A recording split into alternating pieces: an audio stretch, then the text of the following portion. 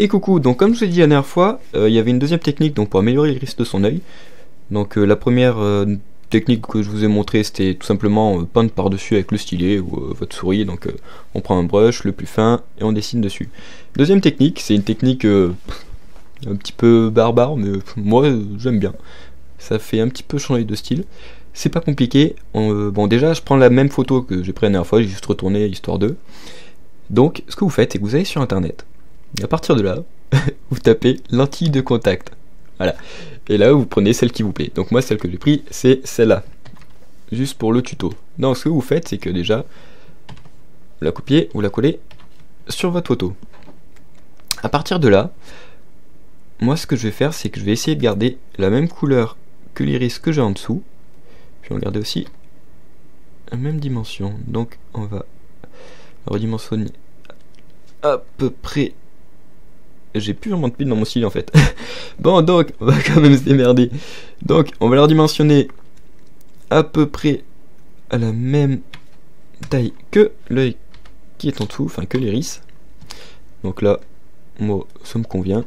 Donc à partir de là, en fait, on peut changer carrément la couleur de notre iris. Donc si jamais vous voulez pas qu'il soit de la même couleur que celle de la photo, prenez teinte saturation et vous le modifiez à partir de là. Donc moi, je veux que ce soit à peu près de la même couleur. Donc on va dire qu'on va encore redescendre un petit peu. Voilà. Moi, ça me convient. Donc là, un petit zoom. Avec un petit zoom. Et là, vous allez voir, c'est tout simple. Donc ça, c'est vraiment juste une lentille basique. Hein. Vous avez les lentilles de contact de couleur type chat ou quoi que ce soit. Vous pouvez les utiliser.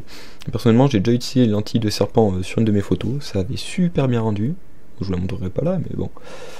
Donc ce que je vais faire, c'est que je pense que je vais utiliser en densité linéaire.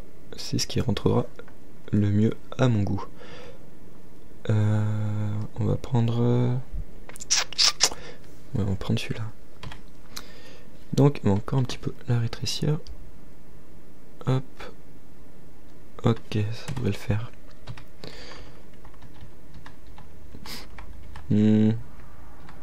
Encore un peu grande, hein, je trouve, non? Hop. Allez, bon, pour ce tuto-là, ça fera, juste histoire de vous montrer. Donc, une fois que on a superposé notre image, on va se démerder pour la rendre plus jolie que ça. Donc, on va effacer ce qui ne plaît pas. Ça me plaît pas. Hop là. Tac, tac, tac. Et tac. Voilà. Ah, ça me plaît pas trop, hein. C'est pas tip top. Je vais en tirer un petit peu. Non. Non. Non. Ouais, non, en fait, juste parce que c'est comme ça. Hein. Ok. Hop. Ah, ça me plaît pas, hein. C'est moche. Attendez. Ok. C'est très laid. Tac, tac. On va faire une petite fondue. 49. Ok. Effacer cette atrocité là, tout ce qui est autour. Hop. Hop. Hop, hop, hop. Ah bon, de toute façon, vous avez compris le principe. Voilà. Résultat, bon, c'est du vite fait, mais au moins, vous voyez le principe. Et comme par hasard, j'ai un appel. On répondra après. Donc, c'est important, de toute façon, il y a un répondeur, hein, on laisse le message sur le répondeur et puis on fait pas chier. Ok? Coupe la sonnerie. Voilà, donc, vous prenez une lentille de contact sur internet, celle qui vous plaît, vous la copiez par-dessus votre image, vous choisissez le mode de fusion que vous voulez, donc moi j'ai pris densité linéaire histoire que ça rentre, vous changez la couleur de votre iris à votre sauce, pas compliqué.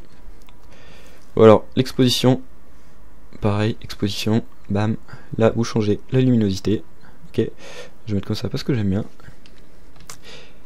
et là, vous avez une iris toute belle, donc, avant, et avant, après, voilà.